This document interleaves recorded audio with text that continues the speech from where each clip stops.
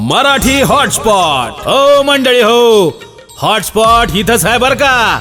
तर मग चला चॅनलला सबस्क्राईब करा आणि घंटी नक्की वाजवा. आपल्या सगळ्यांचा मराठी हॉटस्पॉट. त्यांच्या कृपादानी कधीचा विस्तारू बाबाजी सद्गुरु दास तुका अलंकापुरी रम्य सिंहासनस्थं पदांभुज तेजस्फुरदी प्रदेश विधींद्रादिदेवै सदा स्तूयमानं समाधिस्थमूर्तिं भजे ज्ञानदेवं. नमो ज्ञानेश्वरा नमो ज्ञानेश्वरा निवृत्ते उदारा सोपान देवा. मुक्ताबाई नमो त्रिभुवन पावन आद्यत्रय जननी देवाची. नमो सद्गुरु तुकया ज्ञानदीपा नमो सद्गुरु सच्चितानंद रूपा. नमो सद्गुरु भक्त कल्याण मूर्ती नमो सद्गुरु भास्करा पूर्ण कीर्ती. सेवेलागी सेवक झालो सेवेलागी सेवक झालो लागी सेवक झालो. तुमच्या लागलो निज चरण तुमच्या लागलो निज चरण.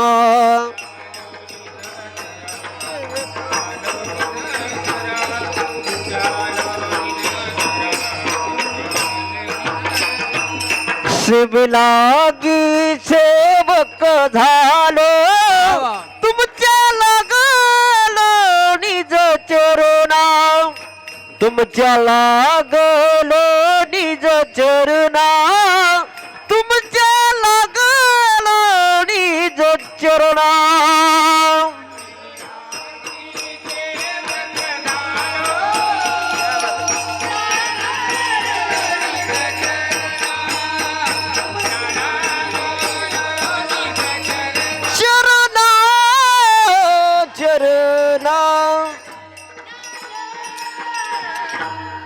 सेवेलागी सेवक झालो तुमच्या लागलो निज चरणा. अहो स्वामी तुकया देवा यावर न करावा अवहेरू. सदा नाम घोष करो हरी कथा सदा नाम घोष करो हरी कथा. तेने सदा चित्ता समाधान. सर्व सुख ल्यालो सर्व अलंकार आनंदे निर्भर डुल्लत तसे. विश्ववंदे मौली महावैष्णव भगवान श्री ज्ञानोबा कान्हात प्रिय बंधू गुणातीत साधू वैराग्यस्य परमूर्ती श्रीमंत संत जगद्गुरु तुकोबाराय आदी करून उपस्थित देवरूप मायबाप श्रोत्यांच्या चरणारविंदे अभिवादन करून सेवेला सुरुवात करतो. या कीर्तन निरोपणासाठी जगद्गुरु श्री संत तुकाराम महाराजांचा 4 चरणाचा आणि जवळजवळ सर्वांच्याच परिचयाचा असलेला सुंदर असा अभंग आजच्या कीर्तन सेवेकरता निवडलेला आहे. विठ्ठल विठ्ठल विठ्ठले ठला विठ्ठल विठ्ठल विठ्ठल विठ्ठल असो. आजच्या अभंगाद्वारे जगद्गुरु तुकाराम महाराज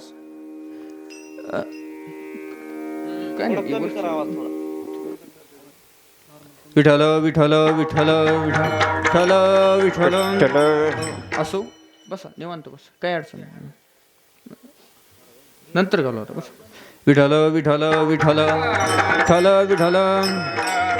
आजच्या अभंगाद्वारे जगद्गुरु तुकाराम महाराज भगवान पंढरीश पांडुरंगाची भक्ती करत असताना मानवी जीवनामध्ये जन्माला आलेल्या प्रत्येक माणसाला नवे नवे प्रत्येक जीवाला ज्या गोष्टीची अपेक्षा असते त्याचं नाव आहे सुख.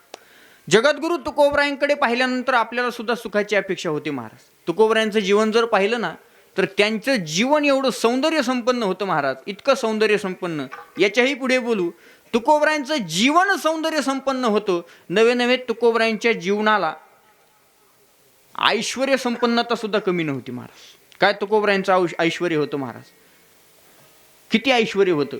आता जवळजवळ बरेच कीर्तनकार तुम्हाला सांगून गेले असतील तुकोबरायांची प्रॉपर्टी किती होती, त्याच्याबद्दल मला बोलायचं नाही. विठ्ठल विठ्ठल विठ्ठल विठ्ठले.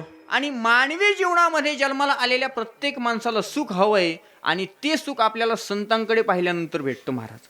जीवनामध्ये संतांना इतका त्रास झाला महाराज, तुकोबरायांना एवढा त्रास झाला, इतका त्रास झाला, पण तरी सुद्धा तुकोबरायांच्या चेहऱ्यावरचं समाधान कधी कमी झालेलं आपल्याला दिसलं नाही. तुकोबरायांच्या जीवनातलं सुख कधी आपल्याला कमी झालेलं दिसलं नाही. मग त्याचं रहस्य काय, त्याचं गूढ काय, हे आज आपल्याला आजच्या अभंगातून जाणून घ्यायचंय. तुकोबराय म्हणतात आमच्यासारखं सुख आणि आमच्यासारखं समाधान जर तुम्हाला हवं असेल ना, तर एक काम करा, आमच्या जीवनामध्ये जो मार्ग आम्ही अवलंबिला आहे, ज्या मार्गाने आम्ही चाललोत ना, आणि जी साधना आम्ही हातामध्ये घेतलेली आहे ना, ती साधना जर आपण सर्वांनी मिळून जर केली, तर निश्चितच आपल्याला सुख आणि समाधान या दोन्ही गोष्टी प्राप्ती होतील, असा या अभंगाचा संदर्भासहित भावार्थ आहे. अगदी थोडक्या वेळामध्ये आपण अभंगाकडे वळणार आहोत. तत्पूर्वी थोडासा परिहार द्यायचा, म्हणजे अनंतकोट भगवान पंढरीश पांडुरंगाच्या असीम कृपेद्वारा साधू संतांच्या आशीर्वादाने गुरुवर्य वैकुंठवासी प्रातस्मरणीय गुरुनाम गुरु नारायणदास बाबा यांच्या तृतीय पुण्यतिथीच्या सोहळ्याचा हा आनंद उत्सव आहे. आणि या सोहळ्यातील पहिल्या दिवसाची कीर्तन सेवा आदरणीय आमचे बालकदास बाबा यांच्या संपर्कातून ही सेवा माझ्या वाट्याला आलेली. तरी ज्ञानोबराय तुकोबराय मला जशी बुद्धी देतील तसं 1-1.5 तास या अभंगावरती बोलण्याचा मी प्रयत्न करणार आहे. विठ्ठल विठ्ठल विठ्ठल विठ्ठल विठ्ठल विठ्ठल. आल्यानंतर अतिशय आनंद वाटला महाराज. सगळी परिसरातली गुणीजन दिग्गज कलाकार माणसं आहेत, अतिशय सुंदर, ज्यांची भागवत कथा या ठिकाणी आपण ऐकत आहोत रोज दुपारी. महाराज रामकथा आहे का असं? आदरणीय आपल्याच परिसराचं वैभव, आपल्याच गावचं भूषण, आमचे जीवलग मित्र हरिभक्तपरायण रामायणाचार्य एकनाथजी महाराज गाडे यांच्या मुखारविंदातून अतिशय सुंदर ही रामकथा सुरू आहे. आणि या रामकथेचा आपण सर्वजण आस्वाद घेत आहोत. त्याच पद्धतीनं या ठिकाणी महाराष्ट्रातील एक ज्येष्ठ कीर्तनकार आदरणीय हरिभक्तप्राय आमचे मित्र सोपान महाराज वडगणी या ठिकाणी उभा आहेत. त्याच पद्धतीनं आदरणीय ज्ञानेश्वर महाराज जाधव आहेत. सगळे आता मृदुंगाचार्य आहेत. सर्वांचा काय माझा परिचय नाही, पण नाहीतर म्हणतात का बुवा याचं काही खरं नाही, तसं व्हायला नको. मी तुमच्या भागात नवीन आहे, म्हणजे भागातला तुमच्यात आहे पण तुमच्या गावात नवीन आहे. विठ्ठल विठ्ठल विठ्ठल असं. आणि त्यातले त्यात दुग्ध शर्करायोग म्हणजे महाराज आज काय वातावरण महाराज. महाराष्ट्रामध्ये ज्यांचं चॅनल गाजलं मराठी हॉटस्पॉट, आणि त्यांची आज या ठिकाणी शूटिंग आहे. खरं हे तरी आपल्या जीवनातील दुग्ध शर्करायोग आहे. 8 दिवस त्यांचं शूटिंग आहे. अतिशय सुंदर त्यांची शूटिंग असते महाराज. आणि महाराष्ट्रामध्ये त्यांचं नवे महाराष्ट्रातील जवळजवळ 90% कीर्तनकाराची कीर्तन आपल्याला त्यांच्या चॅनलवर पाहायला मिळतात. आणि त्यात आमचा नंबर लागला. विठ्ठल विठ्ठल विठ्ठल विठ्ठल विठ्ठल विठ्ठल. म्हणून त्यांनाही मनापासून धन्यवाद. आणि ज्यांच्या या ठिकाणी प्रेरणेनं नवे आशीर्वादाने मी या ठिकाणी उभा आहेत. आपल्याच परिसरातील एक या भगवान पांचाळेश्वराचं देवस्थान ज्यांच्या हाती आहे आणि जी गादी ज्यांनी सांभाळलेली आदरणीय हरिभक्तपरायण बालकदास महाराज, आणि ज्यांच्या पुण्यतिथीच्या निमित्तानं हा सोहळा सुरू आहे महाराज नारायणदास महाराज यांच्याबद्दल मी फार ऐकले महाराज. नवे साधू संतांचं वर्णन, सज्जनाचे माप चाले वाऱ्या हाती, बरोबर आहे ना? असंच काय चालेल. साधू संतांची कीर्ती महाराज सांगावी लागत नाही, ते वाऱ्याच्या मापाने धावत असते. राहिल्या त्या कीर्ती जगा माझी, जगा माझी, राहिल्या त्या कीर्ती जगा माझी, राहिल्या त्या कीर्ती जगा माझी.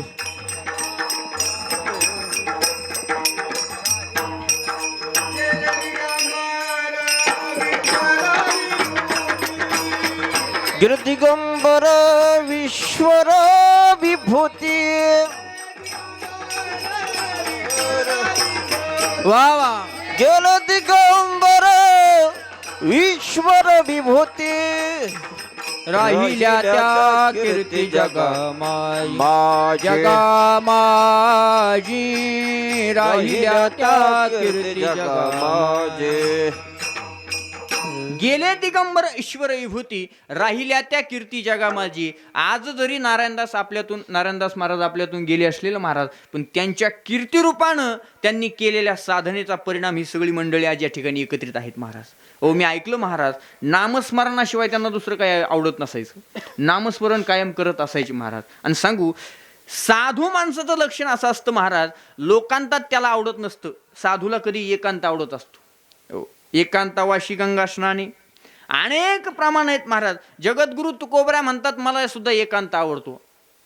एकांताचा वास तुका म्हणे आम्हा एकांताचा वास, रात्रंदिवस एकांतात राहणं ही साधूंची परंपरा असते महाराज. का लोकांतात का नको, त्याचा अनेक विस्तार होईल महाराज चिंतन जर केलं तर. लोकांतात आल्यानंतर अनेक गोष्टीचं प्रलोभन मागं लागल्या जातं, त्याचा विस्तार मला करायचा नाही. तर माझ्या जीवनामध्ये अनेक संत महात्मे भेटले महाराज, अनेक साधू संत भेटले, पण अशा एका महात्म्याच्या पुण्यतिथीच्या निमित्तानं आज कीर्तन करण्याचा योग माझ्या जीवनामध्ये प्राप्त मला झाला. हे माझ्या जीवनातील सगळ्यात मोठं परमभाग्य. विठ्ठल विठ्ठल विठ्ठल विठ्ठल विठ्ठल विठ्ठल विठ्ठल असो. विठ्ठल. अतिशय सुंदर वातावरण आहे. अगदी आपल्याकडे वेळ फार कमी आहे महाराज, आणि एक थोडक्या वेळामध्ये आपल्याला सुंदर सेवा पूर्ण करायची. अतिशय गोड आहे, सुंदर माईक सिस्टीम आहे. सेवेसाठी घेतलेला अभंग जगद्गुरु तुकोबरायांचा जवळजवळ सर्वांना माहिती आहे. चला, जगद्गुरु तुकोबरायांच्या आधारे जर बोलायचं ठरलं तर गाथा आज या विश्वाचा प्राण आहे महाराज.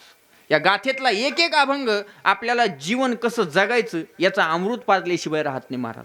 अभंग गाथेतील प्रत्येक अभंगाचा जर विचार केला ना तर प्रत्येक अभंग आपल्याला जीवन जगण्याची कला शिकवतो, जीवन जगण्याची कला शिकवतो. जीवनामध्ये कसं वागलं पाहिजे, कसं बोललं पाहिजे, हे सगळे जर विचार घ्यायचे असतील ना तर तुकोबरायांच्या गाथेचं अनुकरण करा. आणि त्याच गाथेमध्ये तुकोबराय बोलतात, प्रत्येक माणूस जन्माला येतो, पण आलेल्या प्रत्येक माणसाचं काही ना काही कर्तव्य. मला सांगा, जन्माला आलेल्या प्रत्येक माणसाचं कर्तव्य महाराज. माणूस सहजासहजी जन्माला येत नाही, त्याच्या मागे कर्तव्य. आता मला सांगा, जन्माला आल्यानंतर घर बांधलं पाहिजे, हे आपलं काय? बोला तुम्ही. जन्माला आल्यानंतर घर बांधलं पाहिजे, हे आपलं कर्तव्य. बायको मुलाचं संगोपन केलं पाहिजे, कर्तव्य. दिवसातून एकदा तरी बायकोला हाणलं पाहिजे, तसं नाही ना? फार अवघड आहे महाराज. जन्माला आल्यानंतर घर बांधलं पाहिजे, कर्तव्य. बायको मुलाचं संगोपन केलं पाहिजे, कर्तव्य. आपल्या मुलासाठी योग्य संस्कार आणि संपत्ती कमवून ठेवली पाहिजे, हे आपलं कर्तव्य. पण ऐका, माझे जगद्गुरु तुकोबराय फार गोड बोलतात. जगद्गुरु तुकोबराय म्हणतात, अरे घर बांधणं, पैसा कमवणं, बंगला बांधणं, इस्टेट कमवणं, जमिनी घेणं, वाडे बांधणं, गाड्या घेणं, अरे हे सगळे कर्तव्य आहेत, पण हे कर्तव्य व्यावहारिक आहेत. मला सांगा, चिमणीला सुद्धा कळतं की नाही आपल्या पिलासाठी घरटं बांधलं पाहिजे? बोला तुम्ही, कळतं की नाही? मग ही गोष्ट माणसाला कळाली, याच्यात काय नवलंय?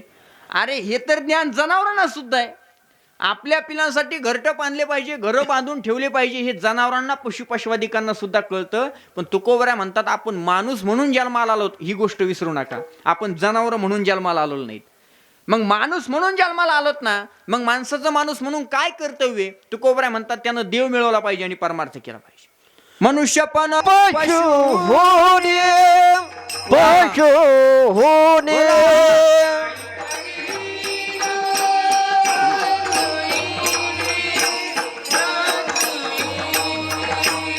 नाही तरीही पशु होणे, पशु होणे.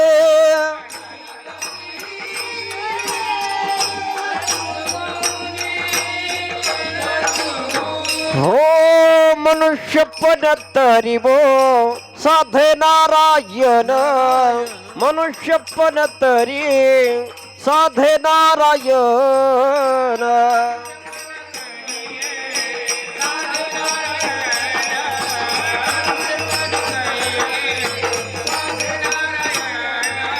ऐका, जगद्गुरु तुकोबराय म्हणतात, आपण जनावर म्हणून जन्माला आलेलो नाही, तो आपण माणसं म्हणून जन्माला आलोत. मग ऐका, तुकोबराय म्हणतात, आपण माणूस म्हणून जन्माला आलोत ना, मग माणसाचं माणूस म्हणून काय कर्तव्य? त्यानं देव मिळवला पाहिजे आणि परमार्थ केला पाहिजे. आता एकच प्रश्न तुम्हाला विचारतो, पुढे चालतो, मला त्या प्रश्नाचं उत्तर द्या. मला सांगा, जन्माला आलेल्या प्रत्येक माणसाला असं वाटतं का की आपण परमार्थ केला पाहिजे? बोला ना बाबा. जन्माला आलेल्या प्रत्येक माणसाला असं वाटतं का आपण परमार्थ केला पाहिजे, देव मिळवला पाहिजे? वाटतं का? वाटतं का? हा म्हणा किंवा नाही तर नाही म्हणा, पण काहीतरी म्हणा. वाटतं का असं? नाही वाटत महाराज. काही माणसं देवाच्या आणि देवप्राप्तीच्या किती विरोधात आहेत. याच्याकरता माऊली ज्ञानोबरायांच्या ज्ञानेश्वरीतील काही ओव्या सांगतो, थोडंसं लक्ष माझ्याकडे द्या. ज्ञानोबराय म्हणतात, आज वर्तमान काळात किती लोक देवाच्या विरोधात आहेत. जे गुरुशास्त्राचे नावे वारा ही टेकून दी शिवे, गुरु आणि शास्त्र याचा वारा सुद्धा आपल्या गावाच्या शिगेला येऊ देत नाही. म्हणजे भजन जर चालू असलं ना, कीर्तन जर चालू असलं ना, गावात जर अखंड हरिनाम सप्ताह सुरू झाला तर काही माणसं बॅग भरतात आणि सासरवाडीला निघून जातात 8 दिवस. इतके लोक देवाच्या विरोधात आहेत महाराज, किती लोक देवाच्या विरोधात आहेत. चला याच्याही पुढे माऊली ज्ञानोबरायांनी ज्ञानेश्वरीमध्ये एक ओवी सांगितली आणि त्या ओवीद्वारे एक दृष्टांत दिला. ज्ञानोबराय म्हणतात आज वर्तमान काळात किती लोक देवाच्या विरोधात आहेत. ऐका, एक माणूस पळतच घरी आला आणि बायकोला म्हटला आंघोळीला पाणी काढ. बायको म्हटली सकाळीच केली होती ना. तो म्हटला सकाळी जरी केली तरी मला पुन्हा आंघोळ करायची, आंघोळीला पाणी लवकर काढ. ती म्हणली ठीक आहे, अंगावरचे कपडे वगैरे काढा, घाम वगैरे येत असेल, उन्हाळ्याचे दिवस फार गरमत असेल तुम्हाला, बसा म्हणे, आंघोळीला पाणी लगेच टाकते म्हणे, पण अंगावरचे कपडे काढा. तो म्हटला कपडे सुद्धा काढायचे नाही, कपड्या सगट करायची. याला शास्त्रीय भाषेमध्ये सचेल स्नान म्हणतात. कपड्या सगट आंघोळ करणं म्हणजे सचेल स्नान. आता मला सांगा, कपड्या सगट आंघोळ कधी करतात? तुमच्याकडे माणसं मरतात का? नसतील मरत तर सांगा, इकडे येतो चकलांब्याला राहायला. तसं काही नाही ना. विठ्ठल विठ्ठल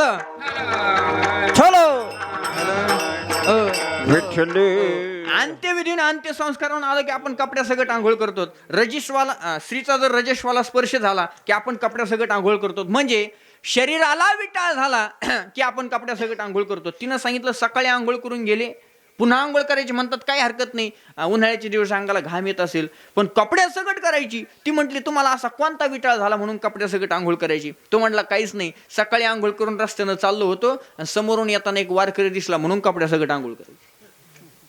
माऊली ज्ञानोबा म्हणतात काय लोक आहेत महाराज, अखंड कामाचे जया व्यसन काम क्रीडेचे आणि मुख देखुनी विरक्ताचे सचेल करी. वारकऱ्याचं तोंड जरी पाहिलं ना महाराज तरी लोक कपड्या सगट आंघोळ करतात. आज वर्तमान काळातली ही परिस्थिती महाराज, किती परिस्थिती वाईट आहे. पण ऐका माझे जगद्गुरु तुकोबराय फार गोड बोलले.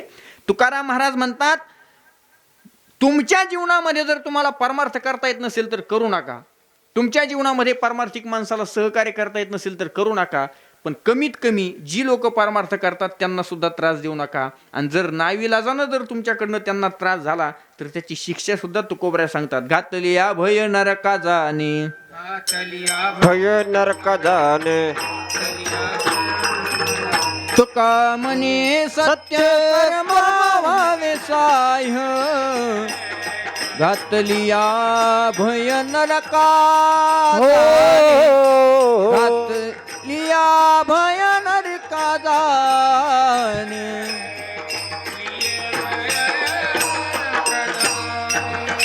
हो तुका म्हणे सत्य कर्म भावे साह्य, नरक जाणे, घातली या भय नरक जाणे, घातलिया भयनर कजाने.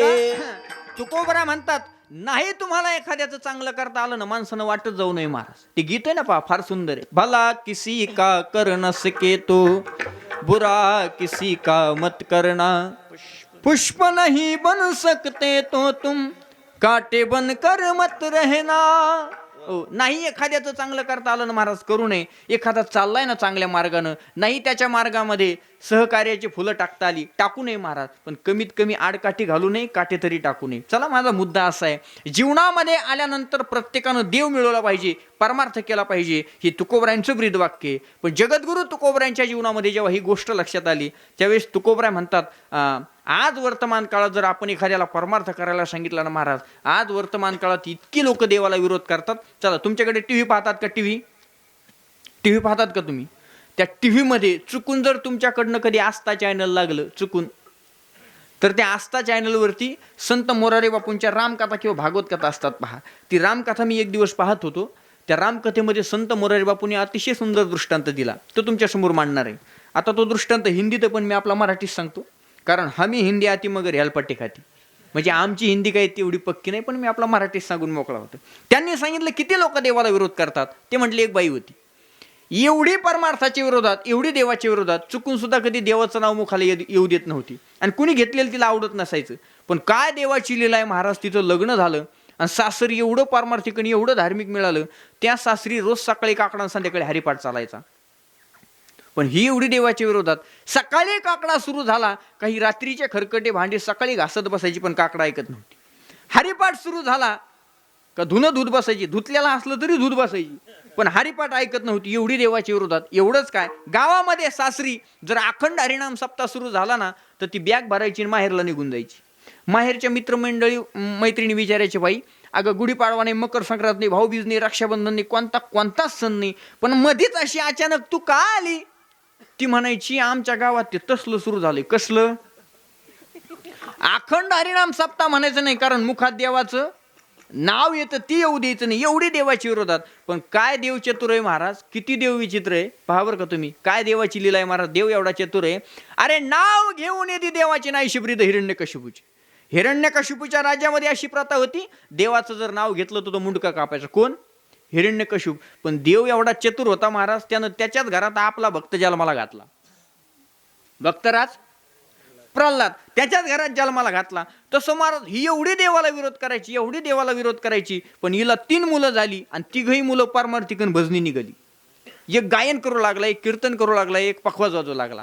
आता मुलं पारमार्थिक असल्यामुळे मुलांच्या अंतःकरणात सतत कायम एक इच्छा असायची की आपली आई आता म्हातारी झाली, पण कमीत कमी म्हातारपणात वृद्धावस्थेत का होईना, एकदा का होईना तिनं देवाचं नाव घेतलं पाहिजे. म्हातारी आजारी पडली महाराज, आजारी पडली आणि म्हातारी दवाखान्यात नेली. दवाखान्यात गेल्याबरोबर डॉक्टरनी चेक केलं, मुलांना सांगितलं तुमची म्हातारी 3 दिवसात जाणार. कुठं? घरी. नो घरी, गोइंग टू यमपुरी. म्हातारी नाही शिल्लक राहणार, 4 दिवसात तुमची म्हातारी जाणार. मला मुलांनी म्हातारी उचलली, घरी आणली, बाजीवर झोपवली. 3 मुलं म्हातारीच्या बाजीची शेजारी जमा झाली आणि मुलांनी सांगितलं, आई भगवंताने छातीला हात लावून गीतेमध्ये सांगितलेले अंतकालीची मामेव स्मरण मुक्ता कलेवरम, अंतकाळी मरता मरता तुम्ही माझं ध्यान करा, माझं स्मरण करा, मी त्याला मोक्ष देतो. हे कोण म्हटलंय? कोण म्हटलं? हे जरा अवघड व्हायला लागलं बरं का, मग थोडं क्लिक व्हायला पाहिजे ना. विठ्ठल विठ्ठल विठ्ठल. चला थोडं माझ्याकडे लक्ष द्या. भगवंतानं गीतेमध्ये सांगितलंय मरता मरता तुम्ही माझं नाव घ्या, मी त्याला मोक्ष देतो. पण आयुष्यभर ज्यानं देवाला पाहिलं सुद्धा नाही, कधी मंदिरात जो माणूस गेला नाही, त्याच्या मुखाला मरता मरता नाव येईल का? इतकं सोपं आहे का? नामदेवराय म्हणतात आम्ही त्याचं नाव घेतो म्हणजे काय इतकं सोपं आहे का? किती पुण्य लागतं. जन्मजन्मी आम्ही. क्या बात है.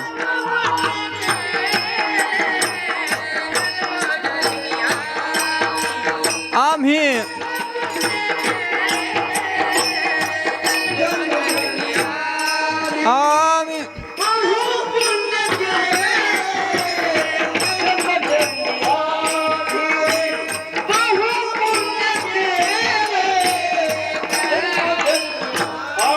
वा वा.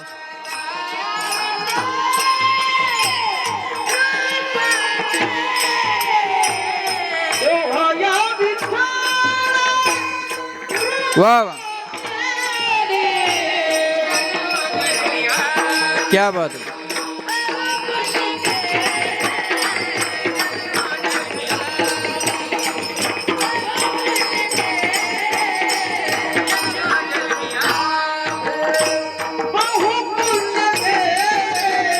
जन्मो जन्म, क्या बात है. अरे भगवंताचं नाव मुखाला येण्यासाठी महाराज जन्मोजन्माचं पुण्य लागतं. नामदेवराय आयुष्यात तू कधी राम म्हटली नाही, कधी कृष्ण म्हटली नाही, कधी श्री विठ्ठल म्हटली नाही, कधी कीर्तनाला गेली नाही, कधी हरिपाठ ऐकला नाही, कधी मुखानं नामस्मरण केलं नाही, कधी एखाद्या वारकऱ्याला चहा पाजला नाही. पण आम्ही तुझी लेकर आहोत ना, आमचं एवढंच म्हणणं आहे, एकदा राम म्हण, एकदा देवाचं नाव घे. महाराज म्हातारीचे डोळे असे लाल जरच झाले आणि म्हातारीनं सांगितलं, मुलांनो अरे मूर्खांनो, आयुष्यभर त्याचं नाव घेऊन तोंड बाटवलं नाही, मरता मरता कशाला बाटवायला होता. कोण म्हणतंय? म्हातारी. पहा बरं का, तुमच्याकडे नाही ना अशी म्हातारी? हो, नसलेली बरी महाराज. किती अवघड आहे महाराज. लोक मरायलाच राजी आहेत पण देवाचं नाव घ्यायला राजी.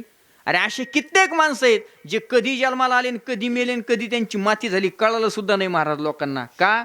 नामस्मरणाची ताकद नाही ना महाराज. कधी देवधर्म केला नाही, कधी कीर्तन ऐकलं नाही, कधी प्रवचन ऐकलं नाही महाराज. ह्या त्याचा परिणाम आहे. ज्यानं जीवनामध्ये कीर्तन ऐकलंय, ज्यानं प्रवचन ऐकलंय ना, त्याच्या जीवनाचा अर्थच काहीतरी वेगळा असतो. अर्थच काहीतरी, त्याचा मार्ग वेगळा असतो, त्याचा धर्म वेगळा असतो, त्याचं जीवन बदलून जातं महाराज. चला, मला मुद्दा वाढवायचा नाही. म्हातारीने सांगितलं, अरे आयुष्यभर त्याचं नाव घेऊन तोंड बाटवलं नाही, मरता मरता कशाला बाटवायला होता. नाही घेतलं महाराज म्हातारीने नाव. त्यातला मोठा मुलगा जरा हुशार होता. तो म्हटला, हे म्हातारी असं नाव नाही घेणार. मग आपण एक काम करू, आपल्या गावात रामाचं मंदिर आहे, आपण काय करू, म्हातारीची बाजू उचलू आणि गावातल्या रामाच्या मंदिराच्या समोर आणून ठेवू. आणि म्हातारीला विचारू आहे हे काय, हे काय म्हटल्यानंतर म्हातारीनं जर राम मंदिर पाहिलं तर म्हातारी काय म्हणाल, हे रामाचं मंदिर आहे. आणि रामाचं मंदिर आहे असं जरी म्हटलं तर नाव कुणाचं आलं? म्हातारीचा उद्धार झाला की नाही? रामाचं नाव मुखात आलं, म्हातारीचा उद्धार झाला. दोघ जण म्हटले तुझ्या शिक्षणावर एवढा खर्च केला पण फायदा झाला ना महाराज. महाराज तिघा मुलांनी म्हातारीची बाजू उचलली आणि गावातल्या रामाच्या मंदिराच्या समोर आणून ठेवली. आणि म्हातारीला विचारलं, आई अगं हे काय म्हटल्यानंतर महाराज म्हातारीनं डोळे उघडले. पोरांचा सगळं जीव कानात आला की आता म्हातारी म्हणाल हे रामाचं मंदिर आहे. पण म्हातारी एवढी बारामतीची होती महाराज. बारामतीची म्हणजे 12 बुद्धीचं बळ होतं, यागळा अर्थ नका काढू. विठ्ठल विठ्ठल विठ्ठल. नाही, कारण आता फार वातावरण पांगलेलं आहे, ते राजकारणामुळे काही आक्षेप माझ्यावर येऊ शकतात. 12 म्हणजे ही संख्या आहे आणि मती म्हणजे बुद्धी, म्हणजे 12 बुद्धीचं बळ तिच्या एकट्याच्या बुद्धीत होतं, याचं नाव बारामतीची. आता ती कुठं लावायचंय तुम्हाला ते तुमचं तुम्ही पाहून घ्या, मला सांगायचं नाही. ऐका, तिनं सांगितलं अरे जिथं जिथं गाव असतं तिथं असं असतं म्हणली, पण रामाचं मंदिर नाही म्हटली. किती अवघड परिस्थिती महाराज. नाही घेतलं म्हातारीने देवाचं नाव. चला पुढे.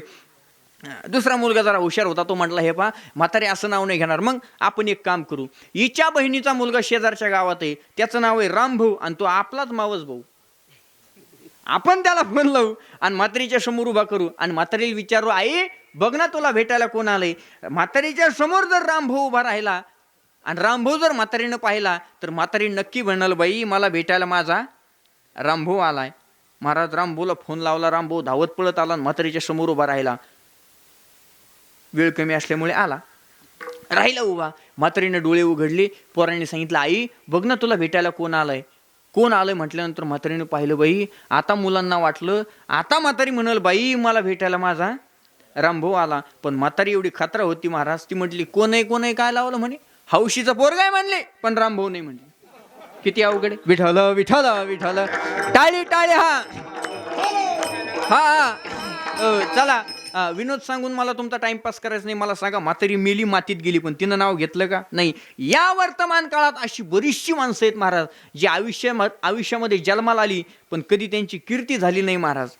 आज साधू संतांची कीर्ती आबादित आहे आणि जोपर्यंत चंद्र सूर्य तारे आहे तोपर्यंत राहणार आहे. याचं कारण आहे महाराज त्यांनी या जीवनामध्ये फक्त नामस्मरण स्वीकारलं आणि परमार्थ हे ध्येय स्वीकारलं. परमार्थ ज्याच्या जीवनामध्ये ना महाराज त्याचं नाव सहजासहजी मिटल्या जात नाही. पहा तुम्ही 1000 लोकसंख्येचं गाव राहू द्या, 1000 लोकसंख्येचं गाव असू द्या, 1000 लोकसंख्येचं, आणि त्यातले फक्त 2च माणसं माळकरी असू द्या, परिसरातले अख्खी माणसं त्या 2 माणसाला जवळून ओळखणार, त्यांचं नाव होणार, त्या गावावरून त्यांच्यावरून त्या गावाला सुद्धा नाव पडणार. ही ताकद सुद्धा माळकरीची. विठ्ठल विठ्ठल विठ्ठल विठ्ठल. याचा अर्थ असा आहे ज्याच्या जीवनामध्ये परमार्थ आहे. मला टाइमपास करायचं नाही. जगद्गुरु तुकोबराय म्हटले माणूस जन्माला आलोत ना आपण, मग आपलं कर्तव्य आपण देव मिळवलं पाहिजे आणि परमार्थ केला पाहिजे. चला, जगद्गुरु तुकोबराय म्हणतात ही गोष्ट जेव्हा माझ्या लक्षामध्ये आली, तुकोबरायांच्या जीवनामध्ये देव मिळवण्यासाठी तुकोबरायांनी धडपड सुरू केली. इतकी धडपड सुरू केली महाराज. तुकोबराय म्हणतात दिनरजनी हाची धंदा गोविंदाचे पवाडे, रात्र न कळे दिवस न कळे अंगी खेळे दैवत, गोविंद आसनी गोविंद शयनी गोविंद त्या मनी बैसला असे. जगद्गुरु तुकोबरायांनी रात्रंदिवस नामस्मरण केलं महाराज. कशासाठी? फक्त देव मिळवण्यासाठी. ऐका बरं का, काय प्रेम होतं माझ्या तुकोबरायांचं देवावर महाराज. इतकं प्रेम होतं. रात्र आणि दिवस सुद्धा तुकोबरायांना कळत नव्हतं महाराज. विना उचलायचे, सकाळी सकाळी आंघोळ स्नान वगैरे झालं ना, विना उचलायचे आणि लगेच कधी घोराडेश्वर, कधी भामचंद्र, कधी भंडारा डोंगर जाऊन बसायची महाराज. अहो कळस सुद्धा नसायचं. आज आपण कीर्तनात जरी बसलो ना तरी सुद्धा पाहतो 11:15 वाजले, 10:30 वाजले. का पाहतो?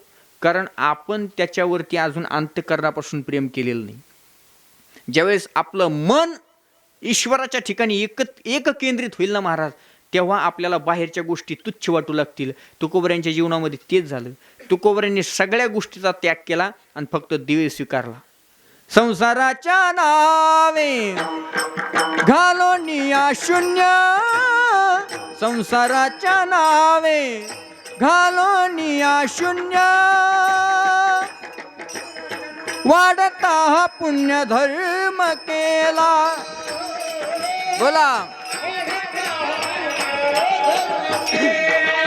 संसाराच्या नावे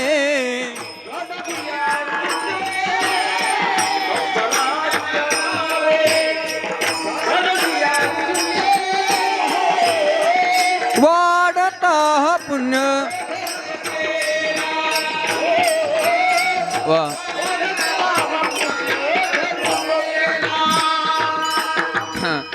जगद्गुरु तुकोबरांच्या जीवनाचा जर आधार घेतला ना महाराज, संसाराच्या नावे घालून या शून्य वाढत हा पुण्य धर्म केला. तुकोबरांच्या जीवनाचं हे उदाहरण आहे महाराज. तुकोबरांनी सगळं सोडलं महाराज आणि फक्त देवावरती प्रेम केलं. आपल्या जीवनामध्ये आपण देवाशी एकसंध होत नाहीत, एक दृढ होत नाहीत आणि एक निश्चितीने महाराज देवाकडे येत नाहीत. याच्यामुळे आपल्याला कीर्तनात जरी बसलं ना तरी बाहेरचं सगळं आठवलं जातं. विठ्ठल विठ्ठल विठ्ठल विठ्ठल असो.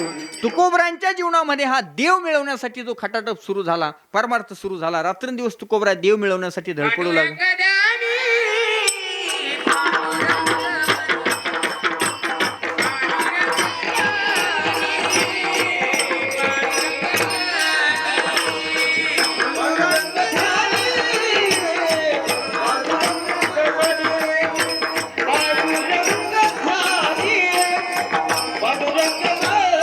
वाव.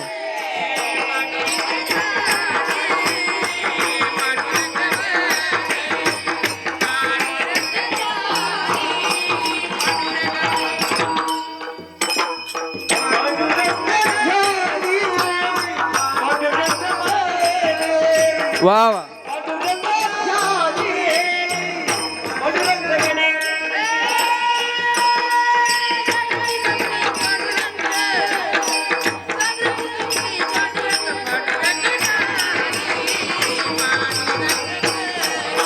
क्या बात.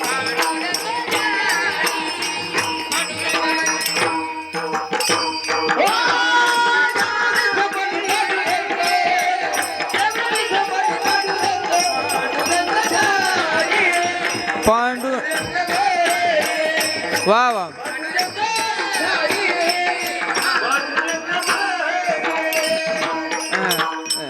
अतिशय गोड प्रमाण दिलं महाराज.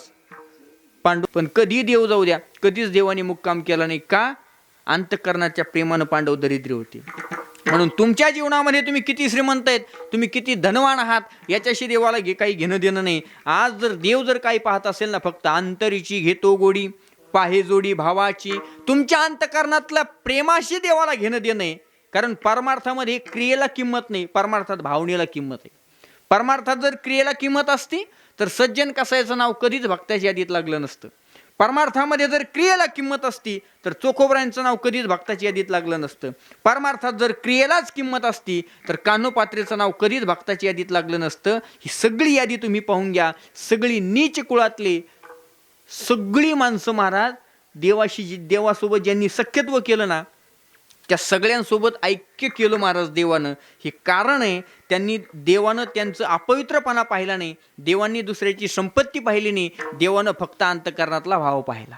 म्हणून जीवनामध्ये भक्ती करत असताना तुकोबर म्हणता दुसरं काहीच लागत नाही. काही न लगे एक भावाची कारण तुका म्हणे आन विठोबाची. चला फार लांबचा मुद्दा आहे. देवावर प्रेम करणं ही फार लांबची गोष्ट राहिली महाराज. जरा वर्तमान काळात या. देवावर प्रेम करणं फार लांबची गोष्ट राहिली. आज माणसं माणसासोबत प्रेम करायला तयार नाही, तर आपण देवावर कधी प्रेम करणार? जो कधी आपण पाहिलाच नाही त्याच्यावर आपण कधी प्रेम करणार? जी सख्खी माणसं आपल्या समोर आहेत ना, त्यांच्यासोबत आपण प्रेमानं बोलत नाहीत, त्यांच्यासोबत आपण प्रेमानं वागत नाही. किती अवघड आहे महाराज. काय लागतं माणसं जिंकायला? काय लागतं माणसं जिंकायला? काय नाही महाराज, फक्त बोलणं चांगलं असलं पाहिजे. पण माणसं बोलायला सुद्धा तयार नाही. अरे एखादा माणूस जर आपल्या समोरून आला तर अगोदर फक्त त्याच्यातली दोष पाहण्याची सवय आपल्याला लागलेली. आपल्याच माणसाचे दोष आपण पाहत असतो महाराज. हो, मग माझं एक मत आहे, तुकोबरा म्हणतात कासया गुणदोषी पाहू आणि कांचन मज काय त्याचे उणे असे.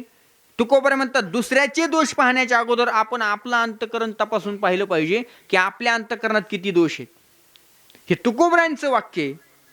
आणि मग एखादा माणूस जर आपल्या समोरून येत असेल तर त्याच्यातले दोष पाहण्याच्या आधी माणसानं गुण पाहिले पाहिजेत. माझ्या एका मित्रानं मला व्हॉट्सअपवरती फार सुंदर मेसेज पाठवला होता, तुम्ही थोडंसं लक्ष देऊन ऐका.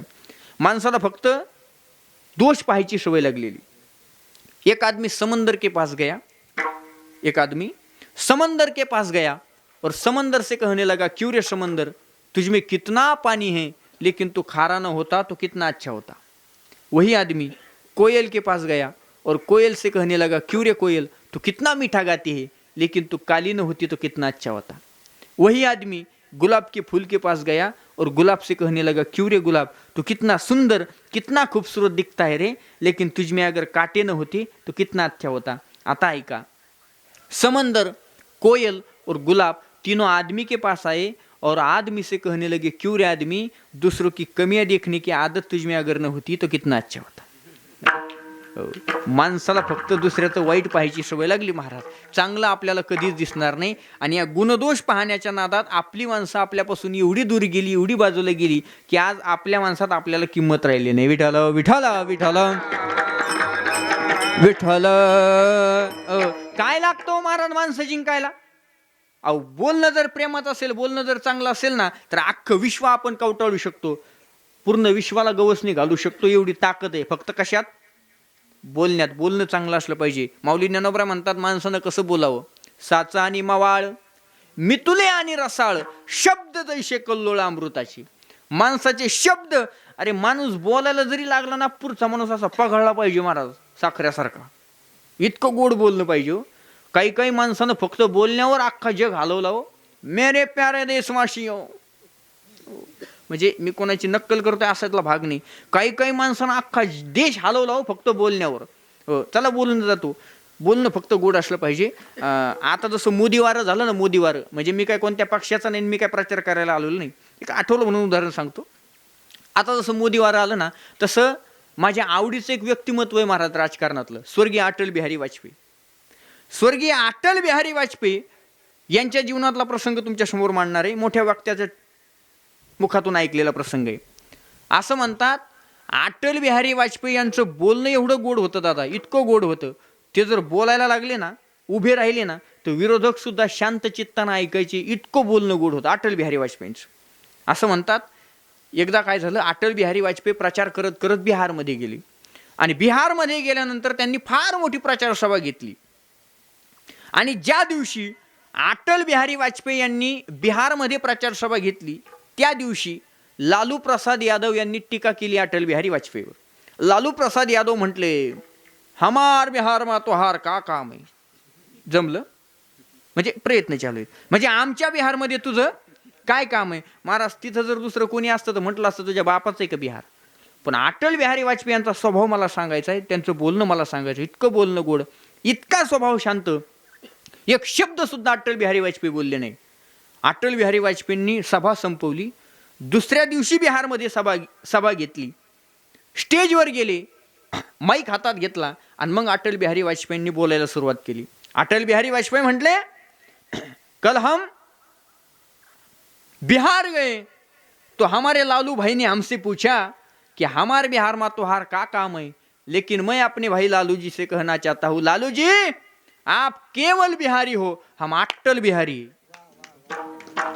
महाराज जिंकलं ना बिहारचं सगळं मतदान, पाहता काय माझ्याकडे, विठ्ठल विठ्ठल विठ्ठल। काही नसतं महाराज, ज्याला देव जिंकायचा ना, अरे सामान्य माणूस जर जिंकायचा असेल तर इतकं गोड बोलावं लागतं, इतकं प्रेम करावं लागतं। इथं तर देव जिंकायचा महाराज। कोण आहे देव? कोणता आहे देव? काय करतो तो देव? तो देव आपल्याला जिंकायचा आहे। काय देवाची ताकद? गतिर्भरता प्रभू साक्षी, निवास शरणम श्रुत, प्रभव प्रलय स्थानम, निधानम बीजमव्य। एवढा ताकदवान तो देव आहे आणि तो देव आपल्याला जिंकायचा आहे। सगळी सत्ता त्याच्या आज्ञेने चालते महाराज। तुझिया सत्तेने वेदासी बोलणे, तुझिया सत्तेने वेदासी बोलणे,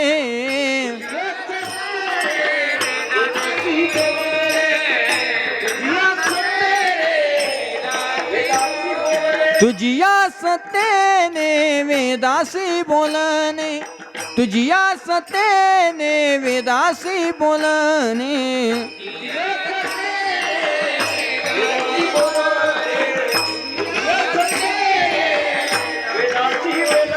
हे सूर्यासी चालणे तुझिया बळे, सूर्यासी चालणे तुझिया बळे, ऐसा तू समर्थ ब्रह्मांडा,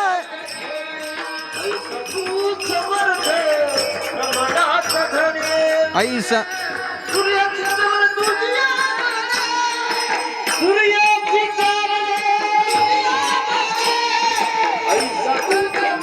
वा वा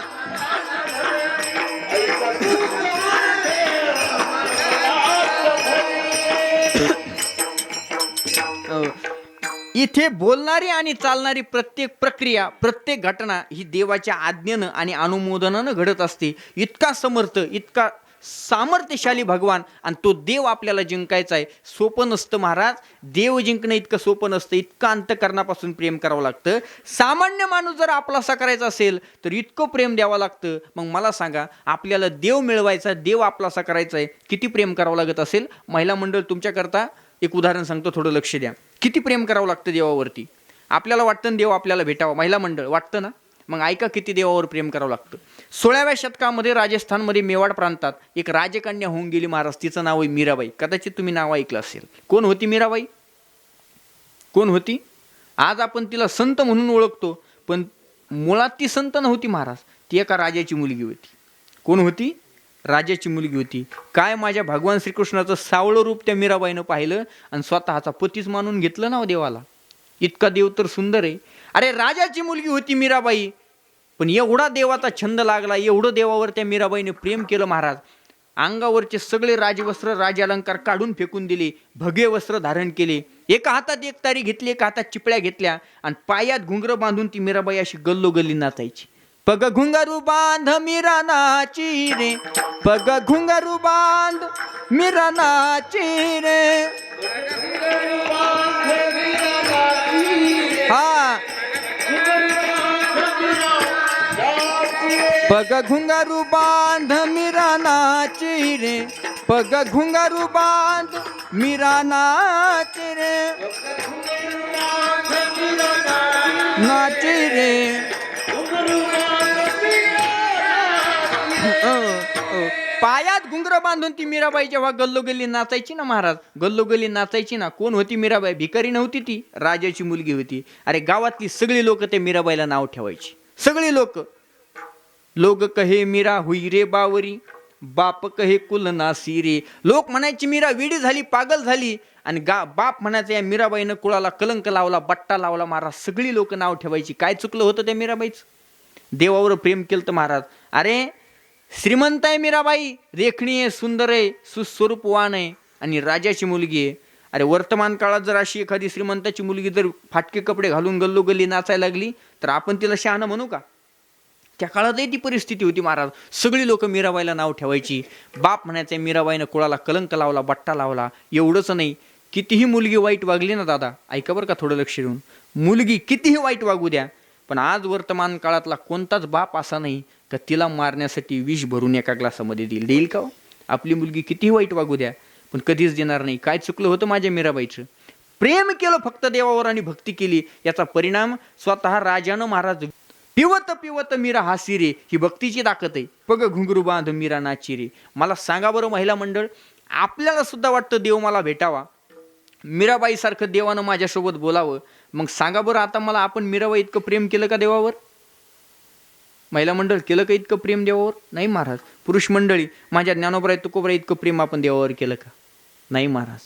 आज खरं सांगू तुम्हाला, वर्तमान काळामध्ये वास्तव मांडतो तुमच्यासमोर, आज वर्तमान काळामध्ये माणसं देवावर प्रेम करत नाहीत. आज वर्तमान काळामध्ये माणसं संतावर प्रेम करत नाहीत. आज वर्तमान काळामध्ये माणसं माणसावर सुद्धा प्रेम करत नाहीत. तुम्ही म्हणताल महाराज मग माणसं प्रेम कशावर करतात? माणसं फक्त आज वर्तमान काळात एकाच गोष्टीवर प्रेम करतात. टक्का येतो टेक आहे, नाही तर टुकमुक देख आहे. हो, माल येतो ताल आहे, नाही तर सब बेताल आहे. ते जुनं गाणं होतं पहा, जुनं गाणं. जन जन के सुनो झनकार, ये दुनिया है काला बाजार, ये पैसा बोलता है. गाडे महाराज, ये पैसा बोलता है. विठाल विठाल. इतकं एखाद्या श्रीमंत माणसाला जर विचारलं ना महाराज, अरे देव कुठे आहे? तो म्हणतो महाराज देव मंदिरात नाही, कुठंच नाही. मग कुठे आहे? फक्त याच्यात आहे. वासुदेवाची आई कावानी, जगात नाही राम र, दाम करी काम येड्या दाम करी काम र, या पैशाची जादू लई न्यारी. अरे नुकतंच जन्माला आलं 15 दिवसाचं लेकरू, त्याच्या हातात रुपया द्या फेकून देतं, 10चे नोट द्या फाटूस तर पॅक धरतो महाराज. ही किती पैशाची ताकद आहे महाराज, किती अवघड आहे. एक बाई कीर्तन झाल्यावर मला भेटली, म्हटली महाराज तुम्ही फार चुकीचं बोलले. म्हटलं काय झालं? ती म्हटली तुम्ही असं म्हटले की माणसाचं माणसावर प्रेम नाही. म्हटलं बरोबर आहे. मी म्हटलं कशावरून, तुला हा प्रश्न कशावरून निर्माण झाला, माझ्या बोलण्यावर तुला शंका आहे का? ती म्हटली बरोबर, तुम्ही म्हटले माणसाचं माणसावर प्रेम नाही. मी म्हटलं हो. ती म्हटली अजिबात नाही. म्हटलं कसं काय? ती म्हटली माझ्या नवऱ्याचा माझ्यावर फार जीव आहे. मी म्हटलं बाई कशावरून? ती म्हटली पहा ना म्हणे महाराज, माझा नवरा रोज संध्याकाळी घरी आला की बरोबर येताना मला 5 पानाचा विडा घेऊन येतो. म्हटलं असं? संध्याकाळी तिचा नवरा भेटला. म्हटलं का रे बायकोर तुझा फार जीव दिसतो. तो म्हटला महाराज तसं काय नाही. मग न चुकता रोज 5 पानाचा विडा तू का आणतोस बायकोला? तो म्हटला महाराज त्याचं काय, एकदा का तिला 5 पानाचा विडा दिला की 10 मिनिटं तोंड जरा गप राहतं तिचं आणि घरात जरा शांत शांत वाटतं म्हणून आणतो. प्रेम वगैरे काही नाही. किती अवघड आहे महाराज, इतकं अवघड आहे. प्रेम वगैरे काही नाही महाराज. प्रेम हे फक्त संपत्तीपुरतं मर्यादित आहे. नवरा बायको असे कॉटवर बसलेले होते आणि गप्पा चालू होत्या.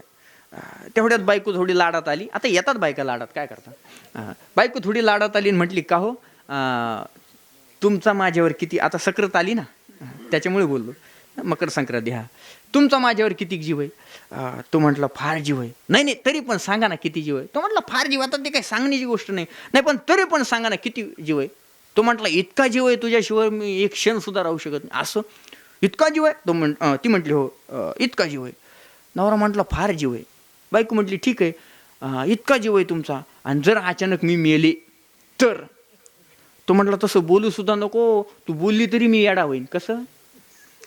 तू मेलेस हे वाक्य जरी ऐकलं तरी मी येडा होईन. ती म्हटली असं? इतका जीव आहे म्हणजे मी जर मेले तर तुम्ही माझ्यासाठी वेडे होता? इतका जीव आहे? हो. तो म्हणला इतका जीव आहे. आणि तुम्ही दुसरं लग्न नाही करणार? तो म्हणला येड्याचा काय नियम आहे? विठाला विठाला. थोडासा चालता बरं राहतं जरा. चला, माझा विनोदाचा भाग नाही, मला मुद्दा असा सांगायचा महाराज, आज माणसं फक्त संपत्तीवर प्रेम करतात, माणसं माणसावर प्रेम करायला तयार नाहीत. पण प्रेम केलं माझ्या साधू संतांनी महाराज. जगद्गुरु तुकोबर म्हणतात इतके रात्रंदिवस वाट पाहिली आणि त्या भक्तीचा त्या प्रेमाचा परिणाम देवाने त्यांना भेट दिली. येई गा तू माय बापा ओ पंढरीच्या राया, तुझं विनशी न वाटे शिन झाली काया, तुझं विनशी न वाटे शिन झाली काया, येई गा तू माय बापा ओ पंढरीच्या राया. विठ्ठल विठ्ठल.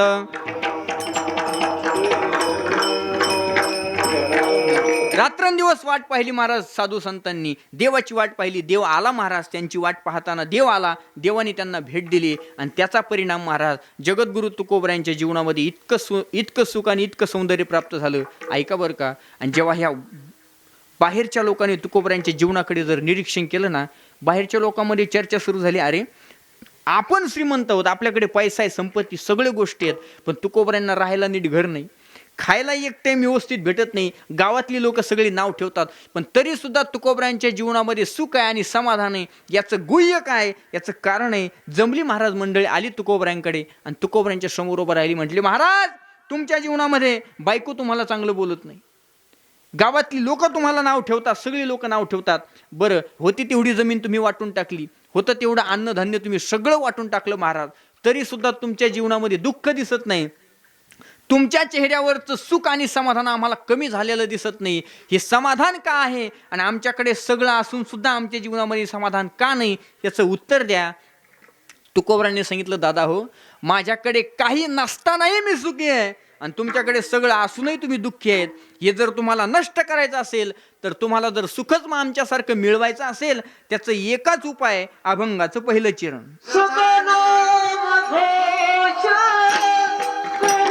क्या बात आहे वा.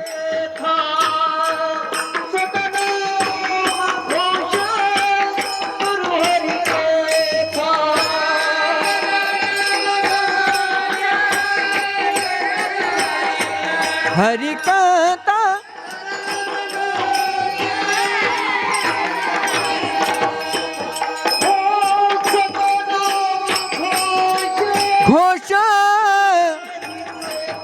क्या बात आहे, वा वा माऊली.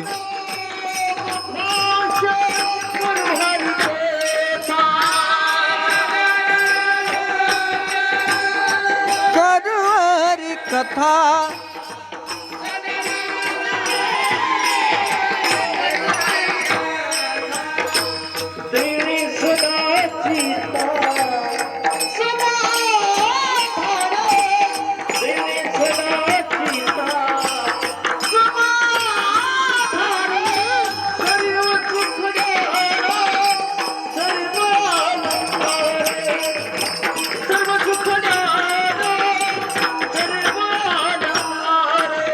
तेने सदा चिंता. क्या बात है.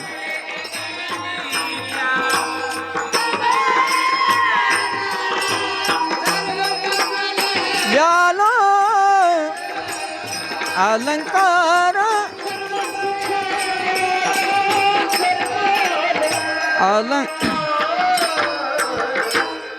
अभंगाच्या पहिल्या चरणामध्ये जगद्गुरु तुकोबरा म्हणतात, आमच्याकडे काहीच नाही हो, आमचं सगळं वाटून टाकलेलं आहे, पण तरी सुद्धा आमच्या जीवनामध्ये सुख आणि समाधान आहे. तुमच्याकडे सगळं आहे तरी सुद्धा दुःख आहे. याचं एकच कारण आहे, आमच्या जीवनामध्ये आम्ही सगळं सोडलं आणि भगवंताच्या नादी लागलो. तुम्ही देव सोडला आणि सगळ्या गोष्टींच्या नादी लागले, म्हणून तुमच्या जीवनात दुःख आहे. ऐका, आपण सगळं कमावलं पण पारमार्थिक क्रियेमध्ये देव जर कमावला नसेल ना महाराज, तर आपण कमावलेलं सगळं शून्य आहे. आणि तुम्ही सगळं सोडून द्या आणि फक्त देव कमवा. विश्वातलं सगळं ऐश्वर तुमचं आहे. विठ्ठल विठ्ठल विठ्ठल विठ्ठल. मला सांगा, कितीही मोठी हे असू द्या, कितीही मोठी ताकद असू द्या, तुमच्याकडे कितीही संपत्ती असू द्या. आता आहे बरेच नाही, दशरथ राजांच्या जीवनामध्ये काय झालं हो महाराज, सगळं काही होतं, सगळं काही होतं, पण पुत्र नव्हता महाराज, मुलगा नव्हता. आणि असं म्हणतात, पुत्र हिमेशचे राज्य सर्व दुःखाय. हो, म्हणजे तुमच्या जीवनामध्ये सगळ्या गोष्टी असू द्या, सगळ्या गोष्टी असू द्या, तुमच्याकडे संपत्ती असू द्या, पण तुमच्याकडे जर देव नसेल ना, तर तुमच्या त्या गोष्टीला काहीच किंमत राहत नाही. आणि तुमच्या जीवनामध्ये काही नसू द्या, फक्त देव असू द्या. ज्यांनी देव धरला ना महाराज, त्यांच्या जीवनाचं सोनं झालं. तुकोबरा म्हणतात, आम्ही देवासाठी सगळं सोडलं. प्रमाण झालंय आपलं. संसाराच्या नावे घालून या शून्य वाढता हा पुण्य धर्म केला. याचं कारण असं आहे महाराज, जगद्गुरु तुकोबऱ्यांनी नवे नवे त्या कालीन सर्व साधू संतांनी सगळं सोडलं आणि फक्त देव धरला महाराज. तुकोबऱ्यांनी सगळं सोडलं महाराज. आणि भक्ती अशी असावी महाराज, तुम्ही देवासाठी सगळं सोडून पहा, देव सुद्धा एक ना एक दिवस सगळं सोडून तुमच्या करता येणार. एवढी ताकद आहे महाराज. देव सगळं सोडतो आणि साधू संतांकडे येतो. त्याचं एकच कारण आहे, संत देवासाठी सगळं सोडतात. ज्या सुखा कारणे देव वेडावला, हा वैकुंठ सोडोनी संत सदनी राहिला. देव सगळं सोडतो आणि साधू संतांकडे येतो. त्याचं एकच कारण आहे, संतांनी देवाकरता सगळं सोडलेलं आहे, म्हणून देव चालत चालत संतांकडे येतो. म्हणून भक्ती अशी करावी माणसाने, जाता जाता एवढं वाक्य घेऊन जा, माणसानं भक्ती अशी करावी, आपल्याला देवाकडे जायची गरजच नाही महाराज, देव आपल्याकडे आला पाहिजे. ये रे माझ्या रामा, ओ आश्रमात या कधी रे येशील, आश्रमात या कधी रे येशील, ही माझी भावना रामा रघुनंदना. जब मेरे राम जी का आवन. टाळी टाळी हा, टाळी टाळी हा,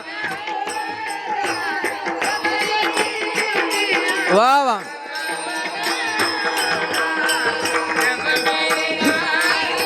जिका हो कुटिया का,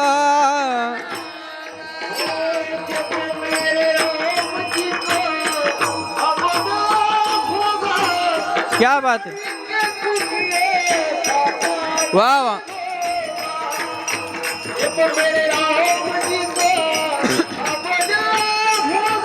होगा पावन.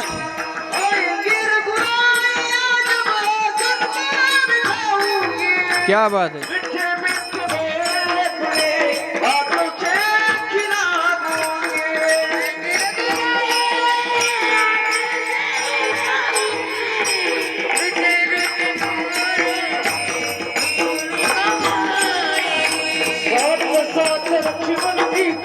दर्शन शबरी पावन होगा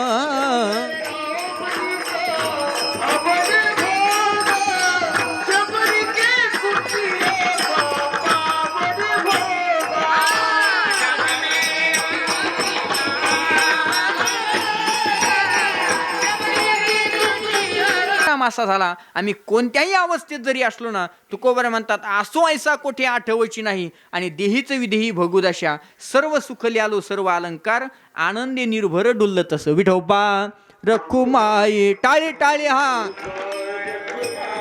हरे विठोबा रखुमाई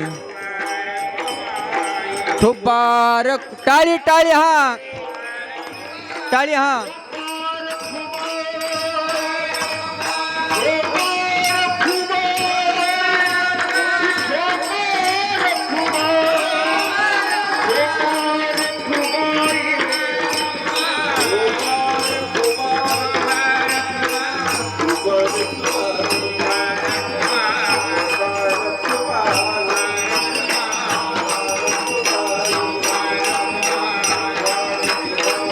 ठोबा हा टाळी टाळी हा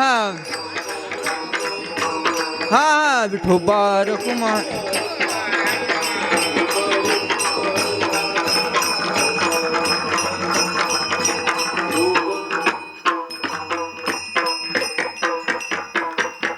असो वेळ आपल्याकडे फार कमी आहे थोडक्या वेळामध्ये एक चरण राहिले तेवढं चरण आपल्याला सोडायचंय कारण असं आहे 9 ते 11 मला कीर्तनाचा वेळ दिला होता आणि बरोबर आता 11ला फक्त 5 मिनिटं कमी आहे या 5 मिनिटामध्ये आपण अभंगाचं शेवटचं चरण सोडणार आहेत आणि सेवेला पूर्णविराम देणार आहे आज पहिला दिवस असल्यामुळे पहिल्या दिवशी फार अवघड असतं महाराज नियोजन एकत्रित करायला माणसंही फार कमी येत असतात आणि गायक वादकही पहिल्या दिवशी कारण अगोदरचे काले न झाल्यामुळे गायक वादकांना यायला सुद्धा थोडा वेळ लागत असतो म्हणून त्या निमित्तानं एक परिसरातलाच महाराज म्हणून आज या ठिकाणी मला सेवा या ठिकाणी उपलब्ध झाली म्हणून फक्त एक चरण राहिले आणि त्या एक चरणाचा आपण सविस्तर विस्तार करणार आहोत सविस्तर आपण त्या चरणावरती बोलणार आहोत आणि सेवेला पूर्णविराम देणार आहे विठाल विठाल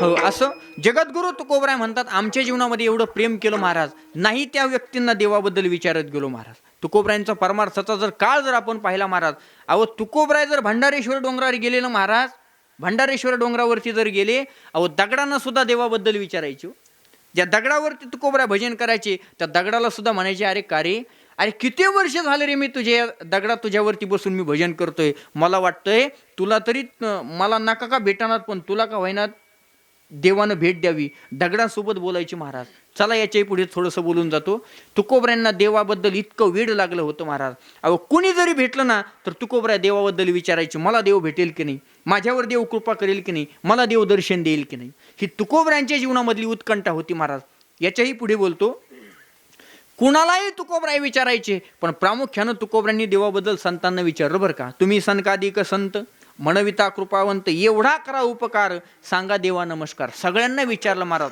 मला तुकोबरायांच्या जीवनामध्ये देव भेटीची उत्कंठा तुमच्या समोर मांडायची विठाल विठाल विठाल विठाल विठाल ओ इतकी उत्कंठा होती महाराज तुकोबरायांच्या जीवनामध्ये देव भेटीची देव त्यांना भेटावा इतकं वेड लागलं होतं तुकोबरायांना कुणालाही विचारायचे पण संतांना विचारलं संतांनाच का विचारलं हो देवाबद्दल एवढा मुद्दा स्पष्ट करतो आणि सेवा पूर्ण करतो देवाबद्दल तुकोबरायांनी संतांनाच का विचारलं याचं प्रामुख्याचं कारण असं आहे महाराज याचं महत्त्वाचं कारण असं आहे आपल्याला जर देव भेटून देण्याची ताकद जर कुणात असेल ना तर ती फक्त संतात आहे आणि ज्याला वाटतंय ना आपल्याला देव भेटावा माझ्या नाथ महाराजांनी सांगितले हरिप्राप्तीशी उपाय काहीच करायचं नाही डायरेक्ट धरावे संतांचे ते पाय साधू संतांच्या पायात एवढी ताकद आहे महाराज साधू संतांच्या पायात एवढी ताकद आहे जाऊ द्या पायाचं फार लांब राहिलं संतांचं नुसतं दर्शन जरी झालं तरी देव भेटतो संत दर्शनी हा लाभ पद्मनाभ जोडला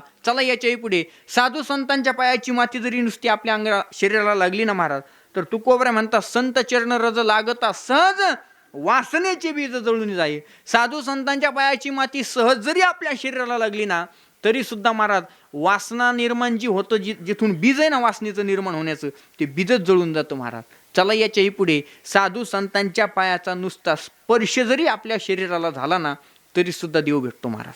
तुम्ही म्हणताल महाराज कीर्तन करण्याचा अधिकार तुम्हाला आम्ही दिला, तुम्हाला जे मनाला येईल ते सांगू नका, संतांच्या पायाच्या स्पर्शानं देव भेटतो असं एकतरी उदाहरण आम्हाला द्या. एवढं रामायणातलं एक उदाहरण सांगतो, सेवा पूर्ण करतो. रामायणामध्ये काय झालं, सेतुबंधनाचं सेतू बांधण्याचं काम सुरू होतं. प्रत्येक वानर आपल्या हातात येईल एवढा वाळू दगड घ्यायचा आणि त्या समुद्रात टाकायचा. तिथे एक खारुताई होती. खारुताई माहिती ना, ए बाळा खारुताई माहिती केवढी असते? 7-8 फूट. नाही मग तुमच्याकडे केवढी? छोटीशी असते महाराज. माणसं फार हुशार आहेत महाराज. माणसांनी प्राण्यांसोबत सुद्धा नाती लावली, प्राण्यांसोबत सुद्धा नाती लावली. ए बाळा मला सांग रे, चंद्राला आपण काय म्हणतो रे? तूच चंद्राला काय म्हणतो आपण? नातं काय आपलं चंद्रासोबत? हा मामा बरोबर. अरे तुम्ही का व्हायना सांगा, ते तर बोलत नाहीत, तुमचा का व्हायना आधार घ्यावा लागेल मला. चंद्राला आपण मामा म्हणतो आणि मांजरीला मावशी. बरोबर आहे. मग माझं एक सरळ मत आहे, तुम्हाला पटलं तर हो म्हणा, नाही तर नाही म्हणा. आपण चंद्राला मामा म्हणतो आणि मांजरीला मावशी म्हणतो. मग बोक्याला मामा म्हणायला काय हरकत आहे? बोक्याला मामा म्हणा, नाही तर मामाला बोक्या म्हणतात. मामाला जरी आजच्या काळात बोक्या म्हटले तर तुमचं पुढचं अवघड आहे. विठ्ठल हे पा सगळे नाराज झाले तरी चालतील बाबा हो, पण आजच्या काळात मामा काय नाराज होऊ देऊ नका. म्हणजे काळाची गरज आहे महाराज, फार अवघड आहे. आता स्पष्ट बोलण्याची गरज आली. चला माझा मुद्दा असा आहे, आपलं काय चाललं होतं? नाही कीर्तन तर मलाही माहिती हो. नाही हा खारुताई महाराज, चला थोडं लक्ष द्या. ती खारुताई काय करायची माहितीये, आपल्या ओंधळीत बसली एवढा दगड घ्यायची आणि त्या समुद्रात टाकायची. रामप्रभू एका दगडाच्या शिळेवरती बसलेले होते. त्यांनी पाहिलं, अरे किती छोटा जीव आहे, किती लहान जीव आहे, पण काय याचं माझ्यावर प्रेम आहे, काय भावना आहे, काय प्रेम आहे माझ्यावरून. म्हणून कौतुक केलं. कुणी? रामप्रभूंनी. कुणाचं? खारुताईचं. आणि रामप्रभूजीनं जर थोडीशी इकडं तिकडं झाली आणि खारुताई चिर्रकना रडली. का रडली? म्हणून रामप्रभू दगडाच्या शिळेवरून उठले, धावत गेले. पाहिलं तर खारुताई बेशुद्ध पडलेली होती. गेले महाराज, तिला उचललं, तळ हातावरती घेतलं, तिच्या चेहऱ्यावर पाणी शिंपडलं, ती कशी तरी जागी झाली. तिला पाणी पाजलं, पाठीवरून हात फिरवला आणि विचारलं, खारुताई काय झालं? खारुताई म्हटली, रामा मी तुझं काम करत होते रे, माझ्या शेपटीवर कुणीतरी पाय दिला. रामप्रभू म्हटले, कुणी दिला सांग? एका बाणात मृत्यू करतो म्हणजे त्याचा, एका बाणात मारतो, मुंडकच उडवतो. खारुताई म्हटली, हनुमंतानं. आता रामप्रभू म्हटले, हा तर कार्यकर्ताच निघाला बा, पण कार्यकर्त्यासाठी वेगळा न्याय आणि सामान्य जनतेसाठी वेगळा नाही. एवढं गलिच्छ राजकारण नव्हतं दादा, ते रामराज्य होतं. खारुताई म्हटली, रामा हनुमंताने शेपटीवर पाय दिला. रामप्रभूने सांगितलं, खारुताई हनुमंताने शेपटीवर पाय देऊ दे, लक्ष्मणाने शेपटीवर पाय देऊ दे, किंवा चुकून माझा जरी पाय तुझ्या शेपटीवर पडला असेल ना तरी तू म्हणशील ती शिक्षा करायला तयार आहे. सांग हनुमंताला काय शिक्षा करू? खारुताईने सांगितलं, हात जोडले, रामा हनुमंताला शिक्षा करू नका, मग त्याचा सत्कार करा. रामप्रभू म्हटले, खारुताई तू भानावर आहेस का? अगं शेपटीच्या ऐवजी पोटावर पाय पडला असता तर सत्कार करायला तू राहिली असतीस का? आणि मेली असतीस तू. सत्कार करा म्हणजे हा काय जोक आहे का म्हणे? खारुताई म्हटली, रामा अजिबात बोलायचं नाही. हनुमंताचा सत्कार म्हणजे सत्कारच करायचा. रामप्रभू म्हणले, अगं खारुताई का सत्कार करायचा हनुमंताला, का सत्कार करायचा? खारुताईने दिलेलं उत्तर फार गोड आहे, फक्त हृदयाची डोळे जागे करून ऐका. खारुताईने सांगितलं, रामा माझ्या शेपटीवर हनुमंतानं पाय दिला, कदाचित माझा मृत्यू झाला असता, मेले असते, पण तरी सुद्धा त्याला शिक्षा न करता त्याचा सत्कार करा. त्याचं कारण आहे प्रभू, अरे हनुमंताने शेपटीवर पाय दिला म्हणून तर तुम्हाला उचलून घेतलं. ही सगळी ताकद हनुमंताच्या पायाची. हो, हनुमंतानं जर शेपटीवर पाय दिला नसता तर तू धावत पळत माझ्याकडे आला नसता. हनुमंतानं जर शेपटीवर पाय दिला नसता तुझ्या हातचं पाणी प्यायचं भाग्य मला लाभलं नसतं. हनुमंतानं जर शेपटीवर पाय दिला नसता तर तू आज स्वतः माझ्या समोर बोलतोस ना, हे बोलणं आपलं झालं नसतं, तुझ्या हाताचा स्पर्श मला झाला नसता. ही सगळी ताकद हनुमंतानं पाय दिले. अरे तू तर दगडावर बसला होता म्हणे, माझी गंमत पाहत होता, मी मरायला लागली इकडे वळू, पण तू आली का? अजिबात तू आला नाही देवा, अजिबात आला नाही. पण हनुमंतानं शेपटीवर पाय दिला, तू धावत माझ्याकडे आला. म्हणून ज्याला देव पाहिजे ना, तो कोबर म्हणतात काहीच करायचं नाही, मस्तक ठेंगणा करी संतांच्या चरणा, तुझं व्हावा आहे देव तरी हा सुलभ उपाव. ही सगळी खटाटोप आपण फक्त करू शकतो देव मिळवण्यासाठी. आणि संतांच्या जीवनात आज तुकोबऱ्यांनी आपल्याला संत संतांनी आपल्याला देव मिळवण्याचा मार्ग सांगितलाय ना, तो फक्त एवढाच आहे महाराज, देव मिळवा, सुख तुम्हाला मिळवण्याची गरज नाही. तुकोबरा म्हणतात, आम्ही संतांकडे गेलो, आम्ही देव मिळवून घेतला, आम्ही अट्टहास केला. आणि तुम्हाला जर देव मिळवायचा असेल ना, तर तुम्ही संतांकडे जा. काय असतात ते संत? तुकोबरा म्हणतात, संतांचं सगळ्यात महत्वाचं लक्षण अभंगाचं शेवटचं चरण.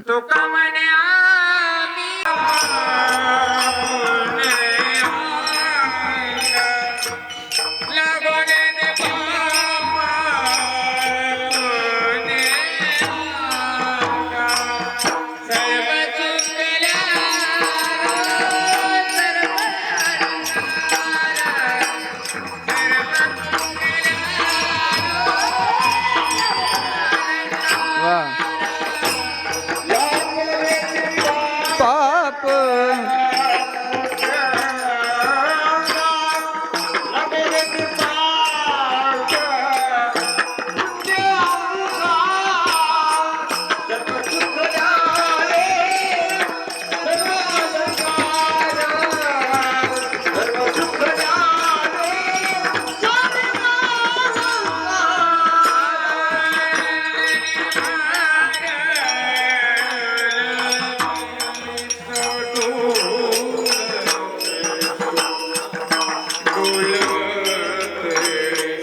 क्या बात है.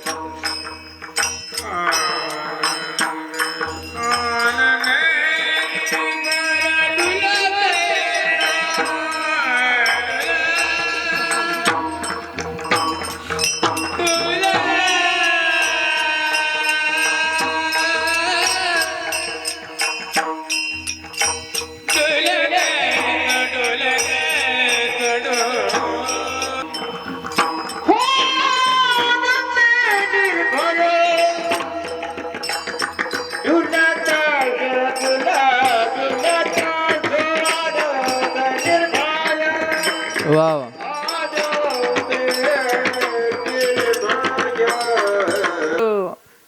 काबीज करू शकतो महाराज. त्याला बोलणं चांगलं पाहिजे.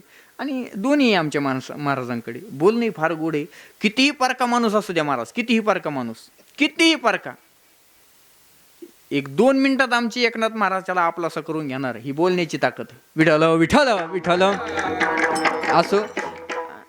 आणि त्या योगानं त्यांच्या संपर्कातून आदरणीय आज या मठावर ज्यांचं वास्तव्य आहे, आपल्या सर्वांचे श्रद्धास्थान आदरणीय हरिभक्तपरायण आमचे बालकदास महाराज, त्यांनी मला फोन केला. म्हटले, महाराज तुमचा दिवस आम्हाला आमच्या सप्त्यात घालायचा आहे. म्हणजे सप्ताहात एक कीर्तनाची सेवा करायची. ते असंच म्हटले, पण आता हे विनोदासाठी मी बोलून गेलो, चाल जाऊ द्या. म्हटलं पहिल्या दिवसाचं योगायोग. ते म्हटले, श्री गणेशानं सुरुवात व्हावी अशी आमची इच्छा आहे. म्हणून त्यांच्या इच्छेनं मला मान द्यावा लागला, मला बोलता आलं नाही. म्हणून या ठिकाणी येणं झालं. आल्यानंतर अतिशय आनंद वाटला. एवढा समाज महाराज, अथांग समाज हा पाहिल्यानंतर माझ्याही मनाला फार अवघड आहे महाराज. इतक्या लांबून महाराज, इतक्या गावात लोक कीर्तनाला ऐकायला येत नाहीत महाराज. गावात सप्ताह असलं तरी कीर्तन ऐकायला येत नाहीत. पण तुम्ही इतक्या लांबून आलात. माझ्यासाठी तुम्ही 1,00,000 लोकांच्या बरोबर आहात. ऐका बरं का, तुम्ही माझ्यासाठी 1,00,000 लोकांच्या बरोबर आहात. एवढ्या थंडीत महाराज तुम्ही कीर्तन ऐकायला आलात. आणि सांगू, ही इतक्या थंडीत तुम्ही कीर्तन ऐकायला आली, याचा अर्थ तुमच्या अंतःकरणात नारायणदास बाबांबद्दल श्रद्धा आहे. हे त्यांचं सबूत आहे महाराज, हे साक्षात्कार आहे. वेगळं सांगायची गरज नाही. म्हणून सर्वांना तुम्हालाही मनापासून धन्यवाद. आदरणीय सर्व भजनी मंडळांना मनापासून धन्यवाद. मृदुंगाचार्य साऊंड सिस्टीम, त्याचबद्दल आमचे कॅमेरामॅन, त्यांनाही आमचे लहू महाराज, त्यांनाही मनापासून धन्यवाद. त्यांनी बरोबर आता अँगलने त्यांनी काय केलं त्यांचं त्यांना माहीत, पण त्यांनी लावलंय कसं तरी आता कडीला. अगदी साज सज्ज केलाय महाराज. आमच्या या कीर्तनासाठी महाराज नियोजन अतिशय अंतःकरणापासून तळमळ आमचे एकनाथ महाराज रात्रंदिवस करतात. त्यांनाही मनापासून धन्यवाद. सगळ्यांना एकदा मनापासून धन्यवाद. बोलण्याच्या ओघामध्ये एखादा शब्द वेडाबाकडा गेला असेल तर लेकराचं अंतःकरण करा, आईवडिलांचं अंतःकरण करा आणि क्षमा करा. या ठिकाणी मी थांबतो. ज्ञानेश्वर माऊली, ज्ञानेश्वर माऊली.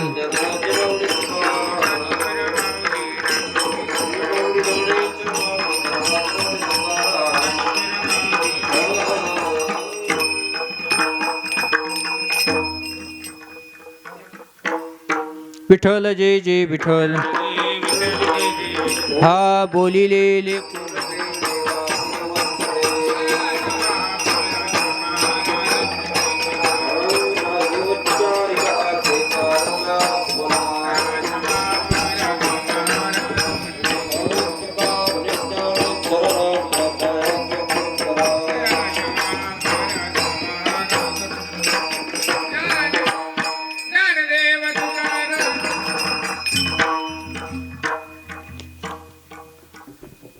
पाहता पाहता 3ऱ्या वर्षातला पहिला दिवस संपला. उभं महाराष्ट्रभर ज्यांचं नाव आहे ते जरी मला मोठं म्हणत असले तरी हा त्यांच्या मनाचा मोठेपणा आहे. आणि वारकरी संप्रदायामध्ये खरी क्रांती हीच आहे. एक तरुण तडफदार कीर्तनकार वारकरी संप्रदायाला मिळत आहेत. ही संप्रदायातली फार मोठी क्रांती, फार मोठी. ज्यावेळेला या क्रांतीकडे पाहिलं जातं ना, त्यावेळेला अक्षरशः कधी कधी डोळ्यातून पाणी येतं. कारण की आज प्रत्येक तरुण हा व्यसनाच्या आहारी गेला आहे. पण ही तरुण पिढी जी आमची आहे, ही तरुण पिढी अत्यंत तेजपुंज दैदिप्यमान कामगिरी वारकरी संप्रदायामध्ये राहून करतात. त्या परंपरेमधले आमचे गुरुबंधू हरिभक्तीपरायण गणेश महाराज बर्डे शास्त्री वेळेवर आले. पूज्य नारायणदास बाबा यांच्या चरणावरती ही सेवा समर्पित केली. संस्थांच्या वतीनं, ग्रामस्थांच्या वतीने महाराजांचे जाहीर आभार. सोशल मीडियाच्या माध्यमातून जात आहेत आपण आपलं हे संस्थान, असे लहू महाराज, त्यांनाही धन्यवाद. जरी माझं कॅप्चर करण्याचं काम असलं, तुम्ही बोललात की तुम्ही 5 मिनिटात माणूस तुमच्या जवळ करतात, पण माणूस ज्यांच्या जीवावर जवळ करतात ते बाजूला बसलेले आहेत. कारण की चांगले चांगले त्यांच्या पुढं नमतात. ज्याच्या त्याच्या वाणीचा, ज्यांच्या त्यांच्या साधनेचा प्रश्न आहे. पूजनीय बाबांना ते बोलले, महाराज काही हरकत नाही, 8 दिवस मी या ठिकाणी राहणार आहे.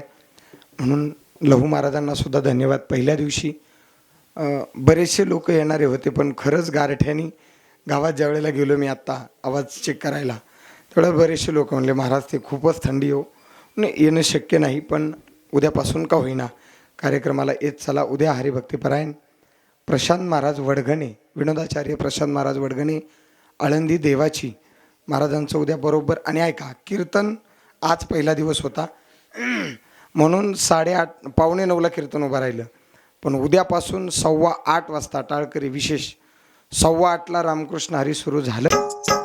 मराठी हॉटस्पॉट. हो मंडळी हो, हॉटस्पॉट इथंच आहे बरं का. तर मग चला चॅनलला सबस्क्राईब करा आणि घंटी नक्की वाजवा. आपल्या सगळ्यांचा मराठी हॉटस्पॉट.